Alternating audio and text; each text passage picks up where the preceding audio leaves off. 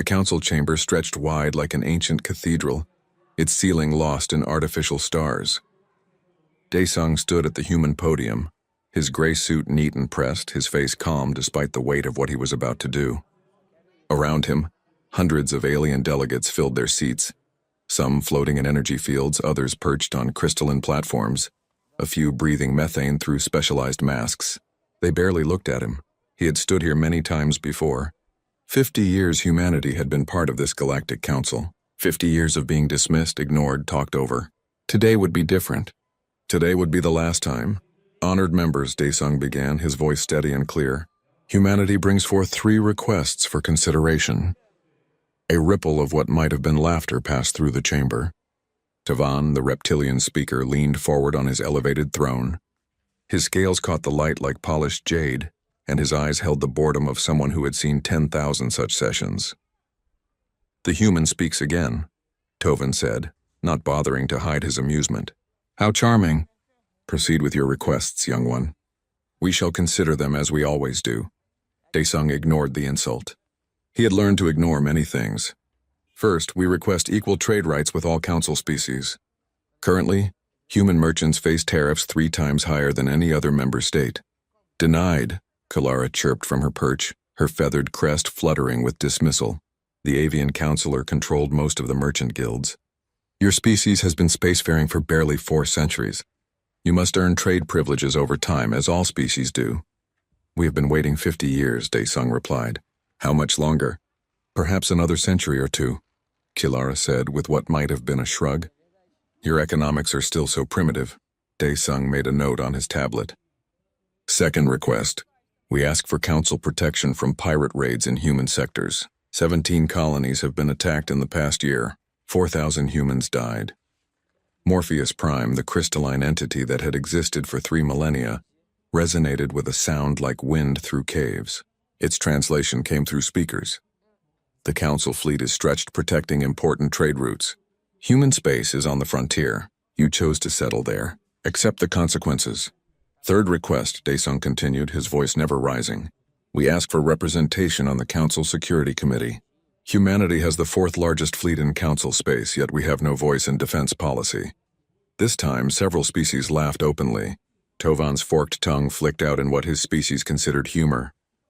4th largest?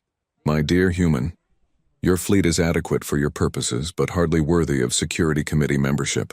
The committee is for elder species only. Perhaps in another 1,000 years when you have matured. Daesung stood silent for a moment. Around him, the vast chamber continued its business. Delegates talked among themselves, made deals, ignored him. This was how it always went. Humans spoke.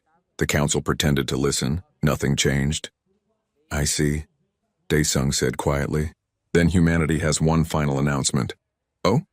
Tovan said, already looking at the next item on his agenda display. Make it quick.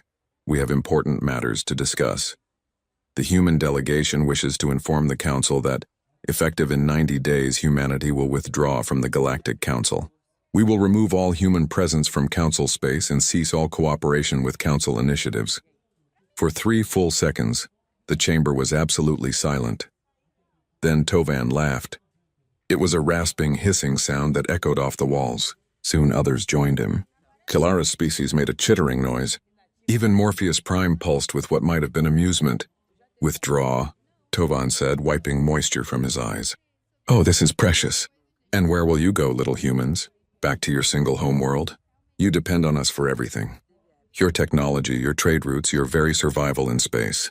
Without the council, humanity would collapse in months. Daesung gathered his papers. Nevertheless, the decision is made. We will honor all current contracts during the 90-day period. After that, all human personnel, equipment, and resources will be removed from council jurisdiction. Kilara leaned forward, her amusement fading slightly. You cannot be serious. Your economy is integrated with ours. Your people live on 100 different worlds under council protection. You would abandon all of that because you feel insulted? Not insulted, Daesung said. Disrespected. There is a difference. We have tried for 50 years to be good members of this council. We followed your rules, paid your fees, accepted your dismissals. We asked for very little. We received even less. Morpheus Prime's resonance carried a note of something that might have been concern. This is unwise, human. Humanity is young and inexperienced in galactic affairs. You need the Council's guidance. We needed the Council's partnership, Daesung corrected. What we received was contempt, so we will leave. Tovin waved a clawed hand dismissively. You will be back within a year begging for readmission. Mark my words. This foolish pride will cost your species dearly, but very well make your dramatic exit. The Council will still be here when you crawl back. Daesung bowed as human custom dictated. Thank you for your time, honored speaker. The human delegation will begin departure procedures immediately. As he walked from the chamber, he could hear the laughter following him. They thought this was a bluff. They thought humans were too weak, too dependent, too afraid to actually leave. Let them think that. They would understand soon enough. Behind him, the Council had already moved on to other business. An economic dispute between two elder species. A border disagreement that had lasted 3 centuries. The things they considered important. The things that mattered to them. Not one of them had asked why humanity was really leaving. Not one had asked what humanity had been doing for the past 50 years while they were being ignored and dismissed. Not one had thought to question how 4,000 humans had died in pirate raids without any human military response. Daesung walked through the station's corridors toward the human quarters. Around him, the vast structure hummed with life. Power generators keeping millions alive, life support scrubbing the air, gravity generators holding everything in place, water recyclers, food processors, waste management systems all working perfectly. So much of it maintained by human engineers, so much of it designed by human minds, so much that the Council took for granted and never thought to ask about. He reached the human section and coded in the door lock. Inside, Hana looked up from her workstation. The chief engineer had been waiting for him. How did they take it? She asked. Exactly as expected, Daesung said. They laughed. Hana nodded slowly. They won't be laughing in 90 days. No, Daesung agreed. They won't. Begin phase 1. Start bringing our people home. Hana's fingers flew over her console, sending encrypted signals to every human outpost in Council space. The exodus had begun. The first ships left 30 hours after Daesung's announcement. Not the flashy diplomatic vessels the Council expected, but massive cargo haulers from the frontier colonies. They came in organized waves, their flight paths precise as clockwork. Jinwoo sat in the captain's chair of the lead freighter, watching his display as 200 ships moved in perfect formation. Behind him, the colony of New Busan was being systematically emptied. Every human, every piece of equipment, every data file. Nothing would be left behind. Transit corridor clear, Captain, his navigator reported. No Council interference. They still think we're bluffing, Jinwoo said. Continue evacuation procedures. I want every civilian off-world within 48 hours. On the planet below, Yuna coordinated the largest logistical operation humanity had ever attempted.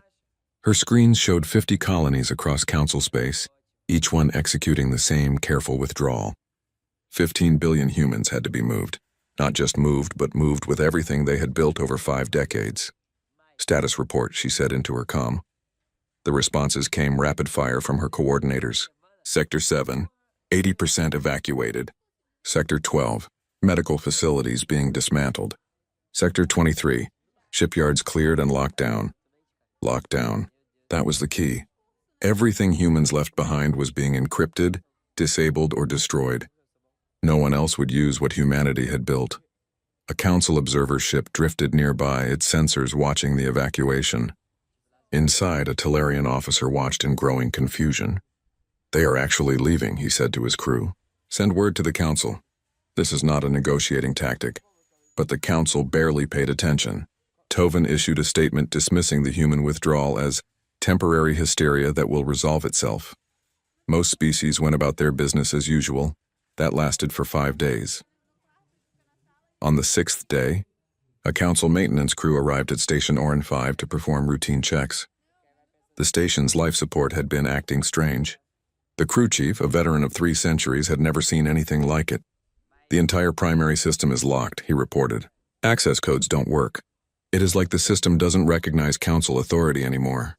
Override it, his supervisor ordered. I tried. The override protocols are not responding. It is like they were removed. That is impossible. Who maintained these systems? The crew chief checked his records. His face paled. Humans. the human engineering team that left 3 days ago. Station Orin 5 was not alone. Across Council space, systems were starting to fail, not catastrophically, not yet, but enough to notice. Life support running at reduced capacity, power fluctuations, water recyclers working at 80% efficiency. Kilara first noticed it in her trade networks. The shipping routes that had always worked smoothly were suddenly experiencing delays. Ships were arriving late, routes taking longer, navigation data requiring constant updates. "Where are the human navigators?" she demanded of her logistics chief. "Gone, counselor. They all left with the evacuation." "Well, hire new ones. Any species can do navigation, but they could not, apparently. At least not as well. Ships that used to make runs in 5 days now took 7. Fuel consumption increased. Accidents happened. Minor ones, but they added up. Hana watched it all from her command ship, a vessel 3 times larger than anything the Council knew humans possessed. Around her, engineering teams monitored every system humans had touched in Council space. "They are starting to notice," her second-in-command reported. "Good," Hana said. Phase 2. Begin removing the deep infrastructure. What the Council did not know was that for 50 years, humans had been quietly integrating themselves into every critical system in Council space. Not obviously, not in ways that would be noticed, but deep in the code, buried in the maintenance schedules, hidden in the repair protocols, humanity had become essential. The power grid on Relios Prime started brownouts on day 15. The Council technicians could not figure out why. The reactors worked fine. The distribution network looked normal, but power kept dropping randomly. A retired human engineer, one of the last to leave, finally told them the truth before boarding his ship. The load balancing algorithm was human-designed. It optimized power distribution across the grid. You have the basic system, but not the optimization layer. Good luck. Medical stations reported strange problems. Equipment worked, but not efficiently. Diagnostic tools gave results, but slower. Research that used to take days now took weeks. It was only when staff checked the records that they understood. Human doctors and researchers had been integral to almost every major medical facility. The food situation was worse.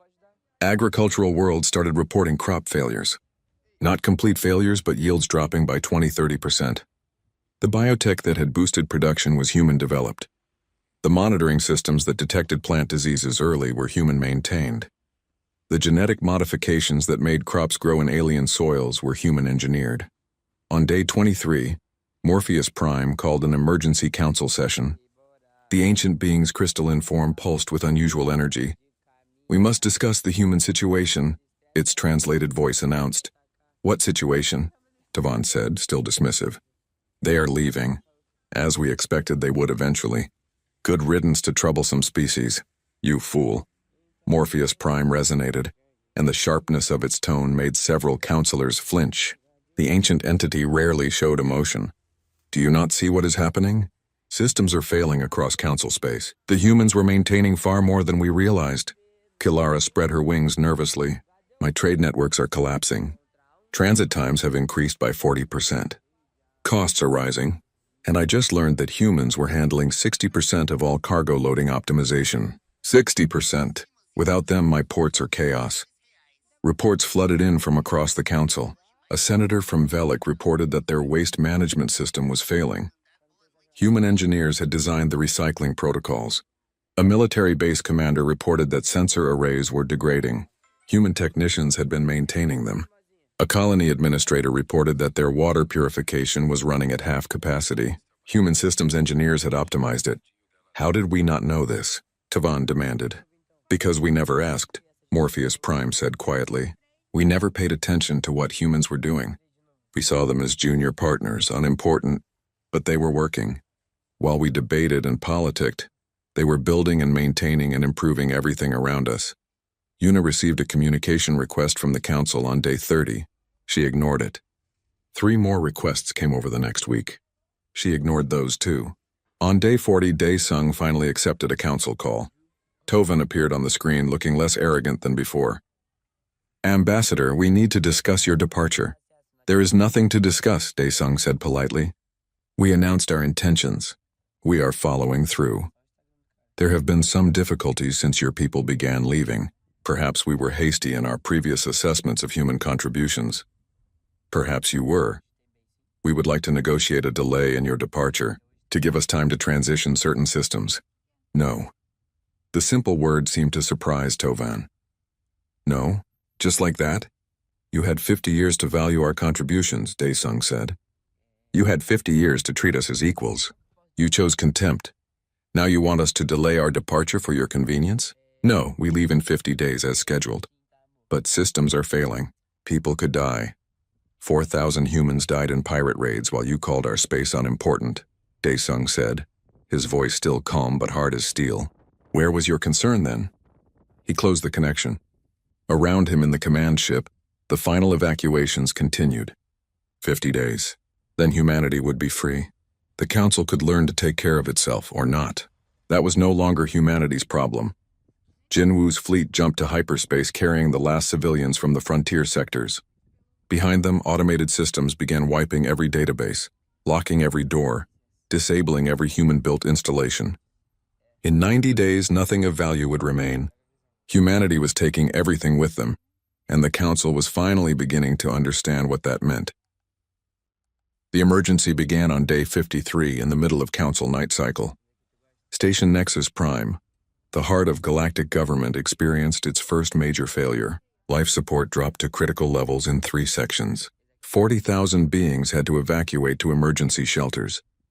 The Council's best engineers worked through the night, trying to fix systems they had never fully understood. By morning, they had restored basic function, but the damage was clear. Without human maintenance, the station was slowly dying. How long can we maintain current operations? Tovan asked the engineering chief. The chief, a 6-armed Hexian with centuries of experience, made a gesture of uncertainty. Days? Weeks? The humans built redundancy into everything, but they also built in dependencies we are only now discovering. Every fix we make reveals 3 more problems. Tovan turned to his advisors. For the first time since humans announced their departure, he looked genuinely worried. Get me a full assessment. Every system, every station, every colony. I want to know how bad this really is. The assessment took 3 days. The results were catastrophic. Yuna sat in her temporary office on the evacuation ship, reading through desperate messages from across Council space. There were hundreds now, then thousands, all begging for help, all offering deals, all suddenly realizing what they had lost. One message came from Relios Prime. The planet of 40 million souls was in crisis. Their life support was failing faster than anyone expected. The Council's emergency teams could not fix it. Without human help, they had perhaps 30 days before the atmosphere recyclers shut down completely. Please, the planetary governor's message said. We understand we treated your people poorly. We are sorry. But there are children here. Innocent beings who did nothing wrong. Will you let them die for our mistakes? Yuna closed her eyes. This was the hardest part. She wanted to help. Every human wanted to help. But Daesung had been clear. No aid until humanity was completely withdrawn and safe. The Council had to learn that actions had consequences. She sent a simple reply. We are sorry for your situation. We recommend you contact the Council Engineering Corps for assistance. Our ships are too far away to return in time. The lie hurt, but it was necessary. Human ships could reach Relios Prime in 3 days, but going back would show weakness, would make the Council think they could manipulate humanity through guilt. Morpheus Prime worked tirelessly to coordinate emergency responses. The ancient being had lived through many crises, but nothing like this. In its long memory, it recalled times when younger species had departed councils before. But those species had been truly primitive, contributing little. Humanity had been different. Humanity had been the invisible foundation holding everything together. Medical report, an aide said, bringing more bad news. The crystalline entities were facing their own crisis. For 8 centuries, they had suffered from something called static decay, a condition that caused their crystalline matrices to degrade. It was not fatal but painful, reducing lifespan by half. 10 years ago, human researchers had developed a treatment. Nothing dramatic, just a regular application of specific resonance frequencies that kept the decay from progressing. Every crystalline entity in council space had been receiving that treatment. Now the treatments had stopped. The human medical teams were gone, their equipment locked, Their research databases encrypted. Can we replicate the treatment? Morpheus Prime asked. We are trying, but human medical databases used unique encryption. We cannot access the full research data. We have basic information, but not enough to continue treatment safely. Morpheus Prime felt something it had not felt in centuries. Fear. Not for itself, though it too would suffer. Fear for what its people had become. Arrogant. Complacent. So certain of their superiority that they never noticed who was actually keeping them alive.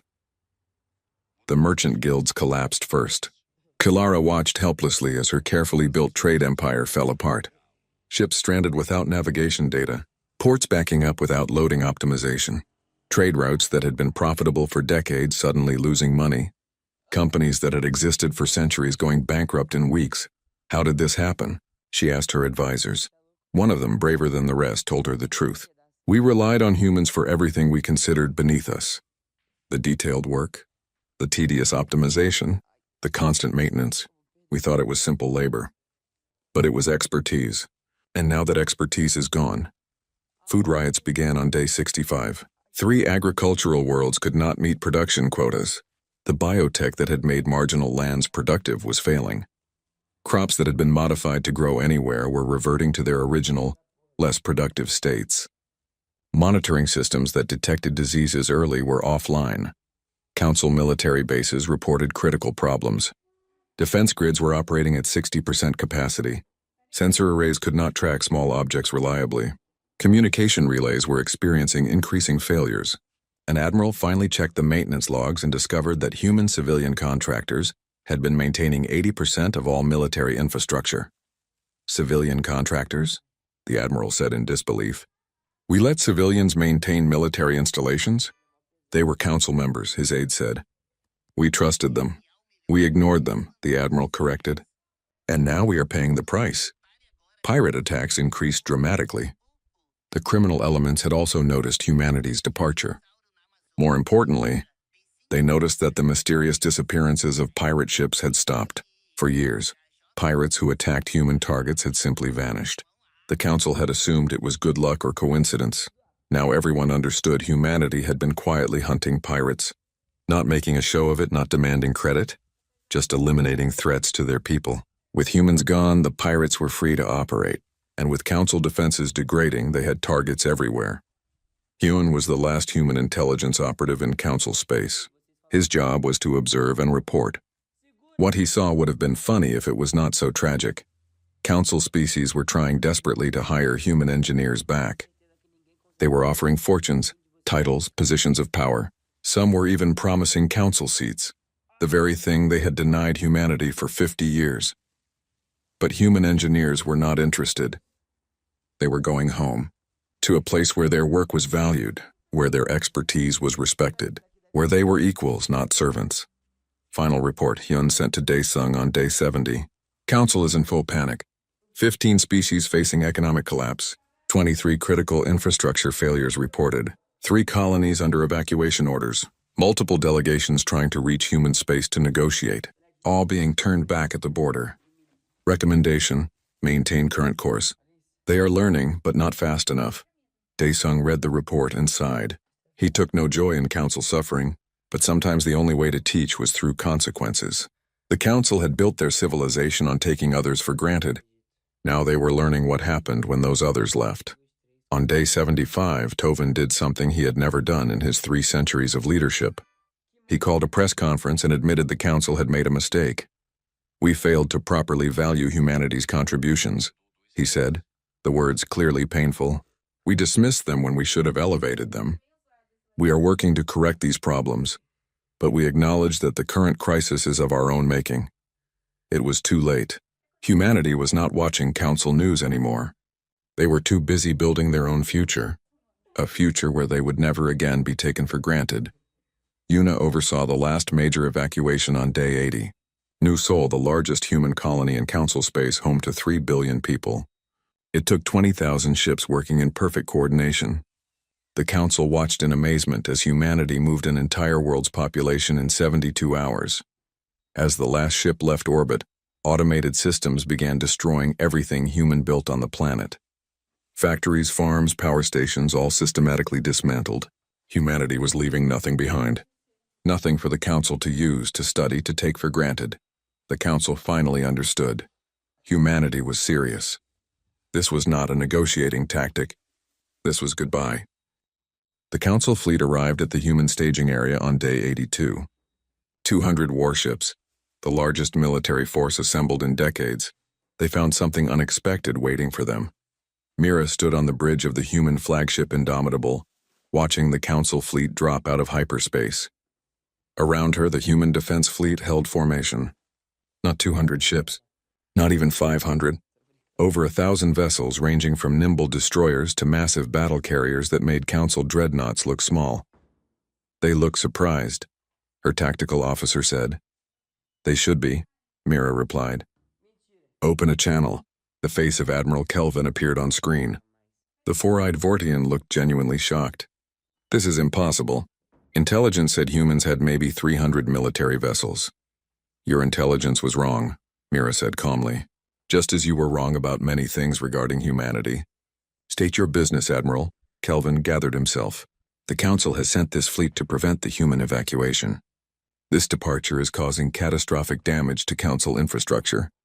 We demand you cease withdrawal operations immediately. You demand? Mira said, her voice dangerously quiet. Let me be clear, Admiral. We announced our departure 90 days ago through proper diplomatic channels. We are leaving Council space peacefully. We are not attacking anyone. We are simply going home. If you attempt to stop us, that would be an act of war. The Council has declared a state of emergency. Under emergency protocols, we have the authority to take necessary actions. Mira leaned forward. Admiral, look at your tactical display. Really look at it. You brought 200 ships. I have 1,000. Your vessels are good, but mostly old designs. My fleet is equipped with technology you did not know we had. We have been building and preparing for 50 years while you ignored us. If you start a fight here, you will lose, badly. Kelvin looked at his displays. His tactical officers were sending him urgent reports. The human ships were not just numerous, they were advanced. Stealth systems the Council did not know existed. Weapons that were registering in ways Council sensors had never seen. Shield configurations that looked impossible. You built all of this in secret? Kelvin asked. We built it while you were not paying attention. Mira corrected. There is a difference. We never hid our shipyards. We never concealed our research. You simply never bothered to look closely at what humans were doing. You assumed we were primitive and weak. That was your mistake. Behind the military standoff, desperate diplomatic efforts were underway. 3 Council species sent secret ambassadors to human territory, trying to negotiate separately. Each offered incredible deals. Wealth, technology, territory, anything to get human engineers back. Dae-sung met with each ambassador privately. He listened to their offers with polite interest, then refused them all. The Velic ambassador could not understand. We are offering you 3 star systems. Rich systems with dilithium deposits worth trillions. Just send us 2,000 engineers for 5 years. That is all we ask. No, Dae-sung said simply, but why? This is more than fair compensation. Because we are not coming back, Dae-sung explained patiently. Not for money. Not for territory. Not for any price you can offer. We are leaving because staying meant being disrespected. No amount of wealth changes that. But you are condemning millions to suffering. Our infrastructure is collapsing. You built your infrastructure on taking our work for granted. That was your choice. We do not owe you our labor just because you cannot function without it. Learn to do the work yourselves. Or treat the next species you encounter with respect so they want to stay. The ambassador left angry and empty-handed. 2 more ambassadors followed. Both received the same answer. Humanity was not interested in negotiating. Morpheus Prime took a different approach. The ancient being sent a personal message directly to Dae-sung, being to being without diplomatic protocols. I have lived 3,000 years, the message said. I have seen civilizations rise and fall. I have seen great species make terrible mistakes. We have made such a mistake with humanity. I do not ask you to return. I do not offer you bribes. I simply ask, how do we do better? Dae-sung considered the message for a long time before responding. You start by treating younger species as equals, not children. You value work ethic over age. You recognize that contribution matters more than how long someone has been in space. You build partnerships, not hierarchies. And when someone asks for basic respect and fair treatment, you give it to them. It may be too late for humanity to trust us again. It is, Daesung confirmed. But it is not too late for the next species that joins your council. Learn from this. Be better to them. At the staging area, the military standoff continued. Neither side wanted to fire first, but neither was backing down. Council needed to stop the evacuation. Humans needed to protect their final transport convoys. Kelvin received orders from the council. Stop the humans by any means necessary. He looked at those orders, looked at his tactical display showing how badly outnumbered and outgunned he was, and made a decision. Open a channel to the human commander, he ordered. Mira's face appeared again. Admiral? I am withdrawing my fleet, Kelvin said quietly. I will report to the council that human military force made intervention impossible. That is the truth. But between us, commander to commander, I want you to know something. Not all of us agreed with how your people were treated. Some of us saw what you were doing, saw your contributions and tried to speak up. We were ignored too. Mira nodded slowly. I believe you, Admiral. And for what it is worth, we hold no hatred toward the council. We simply want to live on our own terms. I understand. Safe travels, Commander. I hope we meet again someday under better circumstances. The council fleet withdrew. Behind them, the last human transports began their final jumps to hyperspace. By day 85, only a skeleton crew remained in council space. Engineers making sure all human systems were properly shut down. Intelligence operatives collecting final reports. Diplomats handling last-minute details. Tovan made one last attempt. He sent a message directly to Daesung, no longer arrogant, just desperate. Name your price, anything. The council seat you wanted. Control of the security committee. Trade rights beyond any species in history. Just send back enough engineers to keep our critical systems running. Daesung's response was brief. We did not want special treatment. We wanted equal treatment. You could not give us that when it cost you nothing. Now you offer us everything, but only because you are desperate. That is not respect. That is exploitation attempting to continue under different terms. The answer is no. On day 90, the last human left council space.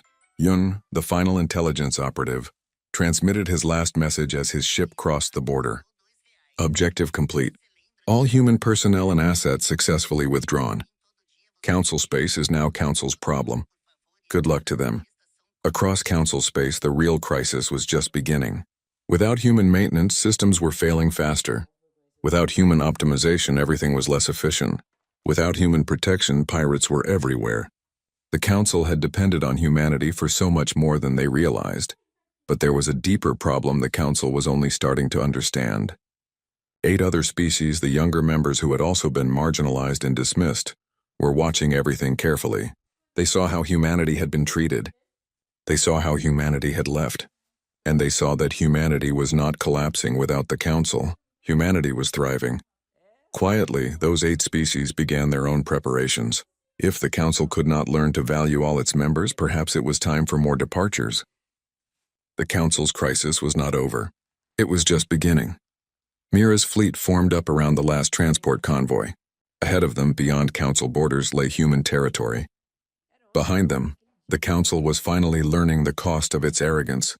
She felt no satisfaction in their suffering, only relief that her people were finally free. All ships, she transmitted, set course for home. Our time in council space is over. Our future begins now. 1,000 ships engaged their drives and jumped to hyperspace, leaving the council to its fate. 6 months after humanity left the council, Yuna stood on the observation deck of New Sol Station and watched ships coming and going. Hundreds of them, all human designs, all moving with purpose and efficiency. Below, the planet New Sol thrived, with 15 billion people building a new civilization.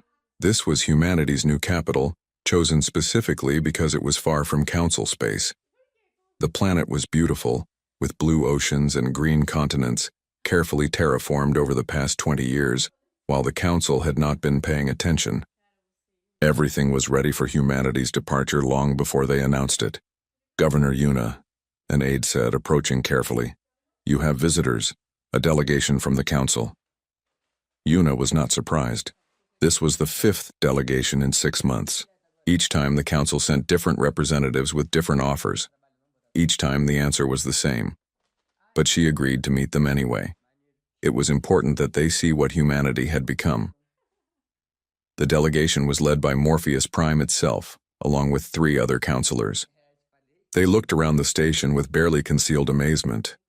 Everything was clean, efficient, and advanced. This was not the struggling refugee civilization they expected to find. "Governor," Morpheus Prime said, its translated voice respectful, "thank you for seeing us." "You traveled a long way," Una said politely. "Please sit. Tell me how we can help you." The 3 other counselors exchanged glances. This was not the bitter, angry human they expected. Una seemed genuinely at peace, even happy. Morpheus Prime pulsed with what might have been sadness. "We come to apologize, not to negotiate or make demands, simply to apologize. The Council has spent 6 months trying to repair the damage from your departure. In that time, we have learned exactly how much we took you for granted. We built our entire civilization on your unacknowledged labor. That was wrong." "Yes," Una agreed simply. "It was. We cannot offer anything to make up for 50 years of disrespect, but we wanted you to know that things are changing in Council space. Tovan is no longer Speaker. New leadership has restructured how the Council operates. Younger species now have real representation. We are trying to learn from our mistakes." Una nodded. "That is good. The other species deserve better treatment than we received." One of the counselors, a nervous Tellarian, spoke up. "Will humanity consider returning, not under the old terms, but as full equals? We would offer you seats on all major committees, veto power over policies affecting human interests, anything you ask." "No," Una said gently but firmly. "We are not coming back." "But you have built something remarkable here," the counselor protested, gesturing to the station around them. "Imagine what we could accomplish together if we combined Council resources with human innovation." "We already are accomplishing it," Una said, "without the Council." She stood and walked to the viewing window. "Would you like to see what we have built?" The delegation joined her. Outside, the view was breathtaking. Not just human ships, but vessels from 8 other species all working together. The younger Council members who had also been marginalized had followed humanity's example. They had not left as dramatically, but they had left, and they had joined humanity's new alliance. "This is the Independent Coalition," Una explained. 9 species, all treated as equals. We make decisions by consensus. We value contribution over age. We recognize that good ideas can come from anyone, regardless of how long their species has been in space. Morpheus Prime observed the ships with its ancient senses. It recognized those designs. Those were Council species. Or they had been. "You took our younger members."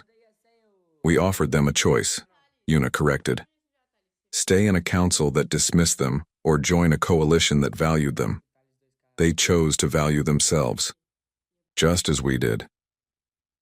Below on the planet, Hana oversaw construction of the new orbital shipyards.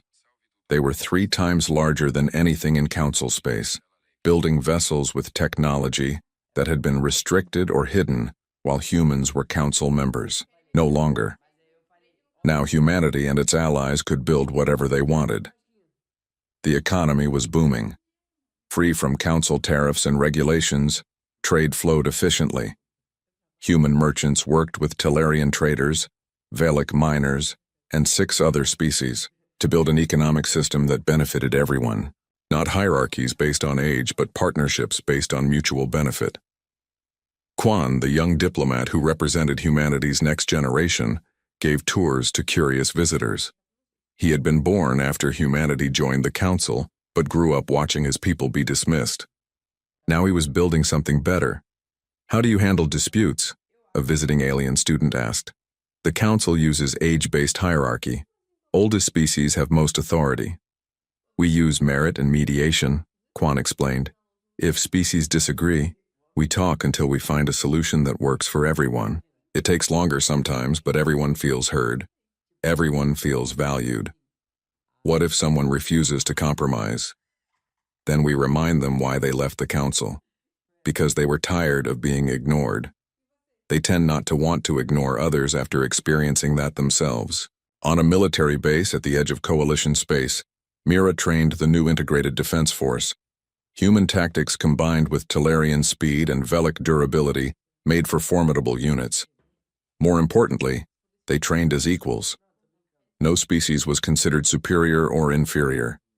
Only capable or still learning. The Council's military is requesting cooperation on pirate suppression, her second-in-command reported. Mira considered it. Agree, but on our terms. We hunt pirates in our territory and share intelligence, but we operate independently. Make it clear we are helping as equals, not subordinates. That is a significant change in your stance. 6 months ago, we were angry, Mira admitted. Now we are just free. The Council is not our enemy. They were simply a bad partnership, but we can work together on specific issues without rejoining them. The coalition was not perfect. 9 species trying to build something new had challenges. Cultural misunderstandings happened. Economic disagreements arose, but they faced them together, as partners, and found solutions. Back on New Sol Station, the Council delegation prepared to leave. Morpheus Prime had one final question for Una. Do you ever regret leaving? Even with all you have built here, do you wonder what might have been if we had treated you better from the start? Una thought about it honestly. Sometimes, she admitted. We could have accomplished great things together. The Council has knowledge and experience that would have helped us. But respect is more important than opportunity.